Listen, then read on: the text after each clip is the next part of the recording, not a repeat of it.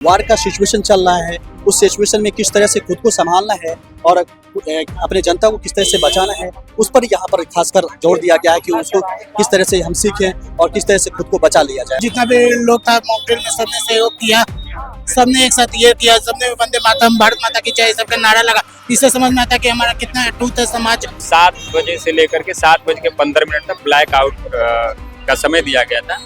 उसमें लोगों को वाहन को बंद कर देना, लाइट को बंद कर लेना था और आसपास में जितने भी दुकान और लाइट वगैरह से सबको बंद कर देना था। पटना के डाक बंगला पर है, जिस तरह से हमने मॉक ड्रिल आपको दिखाया कि मॉक ड्रिल में किस तरह से अंधेरा छा गया था, पूरा डाक बंगला जो है अंधकार में तब्दील हो गया था। लेकिन अब जैसे ही समय समाप्त हुआ, 15 मिनट का ये मॉक ड्रिल था, उसके बाद देखिए पूरे लाइट जो है जला दिए गए हैं। पटना डाक बंगला की ये तस्वीर है। देखिए बातचीत करेंगे कुछ लोगों से। अभी मॉक ड्रिल में थे, युवा हैं, युवा भाग लिए मॉक ड्रिल को लेकर के, क्या संदेश देना चाहते हैं? जी मैं ये कहना चाहता हूँ, सरकार की तरफ से जो ये दिशा दिया गया है और उसका पालन जो हम आम जनता की है, वो निश्चित रूप से दर्शनीय है और प्रशंसनीय भी है, क्योंकि ये सिचुएशन वो एक इमरजेंसी सिचुएशन के लिए ड्रिल दिया गया है।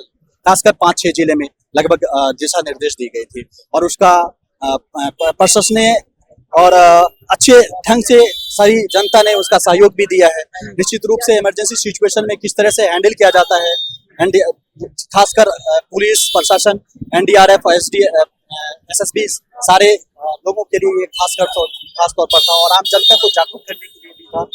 और अगर मैं कहूँ तो जहाँ पर पब्लिक सिचुएशन जैसे रेलवे स्टेशन है, आपके इमरजेंसी जैसे अभी हमारे ट्रैफिक पुलिस जहाँ पर रहती है, पार्किंग सिस्टम होते हैं एंड क्या कहते हैं हॉस्पिटल्स है, उस पर अगर कहीं पे खासकर अभी जो वार का सिचुएशन चल रहा है, उस सिचुएशन में किस तरह से खुद को संभालना है और अपने जनता को किस तरह से बचाना है, उस पर यहाँ पर खासकर जोर दिया गया है कि उसको किस तरह से हम सीखें और किस तरह से खुद को बचा लिया जाए और अपनी आम जनता को बचाया जाए। चलिए देखिए किस तरह से आम जनता को बचाया जाए। और देखिए नागरिक को भी सुरक्षित वहाँ पे सबको सिग्नल क्लियर किया जा रहा है। तस्वीर हम आपको दिखाते हैं। देखिए ये डाक बंगला की तस्वीर है, जब ब्लैकआउट हुआ था उस दौरान की भी हमने तस्वीर आपको दिखाई थी।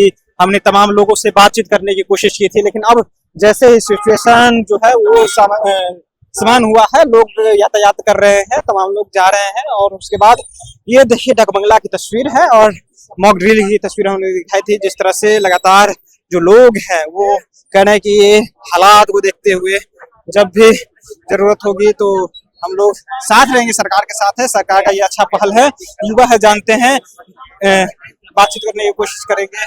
मॉक ड्रिल को लेकर के क्या सोचते हैं युवा?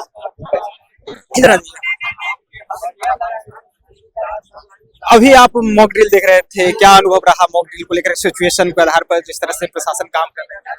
जी वैसे तो प्रशासन सब अच्छे कर रही है और ये मैंने देखा कि जितना भी लोग था मॉक ड्रिल में सबने सहयोग किया, सबने एक साथ ये किया, सबने वंदे मातरम, भारत माता की जय सबका नारा लगा। इससे समझ में आता है कि हमारा कितना अटूट है समाज। ये सब क्या सब एक दूसरे से कम्पिटिटिव। देखिए बातचीत करेंगे। आप लोग को क्या बताया? हमने देखा कि आप बार-बार अनाउंस कर रहे हैं के द्वारा जो टास्क दिया गया था सीनियर पदाधिकारी के द्वारा कि जो 7 बजे से लेकर के 7:15 तक ब्लैक आउट का समय दिया गया था, उसमें लोगों को वाहन को बंद कर देना, लाइट को बंद कर लेना था और आसपास में जितने भी दुकान और लाइट वगैरह से सबको बंद कर देना था। हम लोग अनाउंस पहले भी कर चुके थे, सोशल मीडिया पेपर के माध्यम से भी लोगों को जानकारी दे दिया गया था। उसका लोगों ने पूरा सहयोग किया और हम लोग ऊपर में हम मॉनिटर भी कर रहे थे, ऊपर से जो भी लाइट अगर कोई जला रहा था उसको हम बोल रहे थे पूरा सहयोग। हाँ बिल्कुल 100% कोऑपरेशन रहा और आप लोग का भी रहा।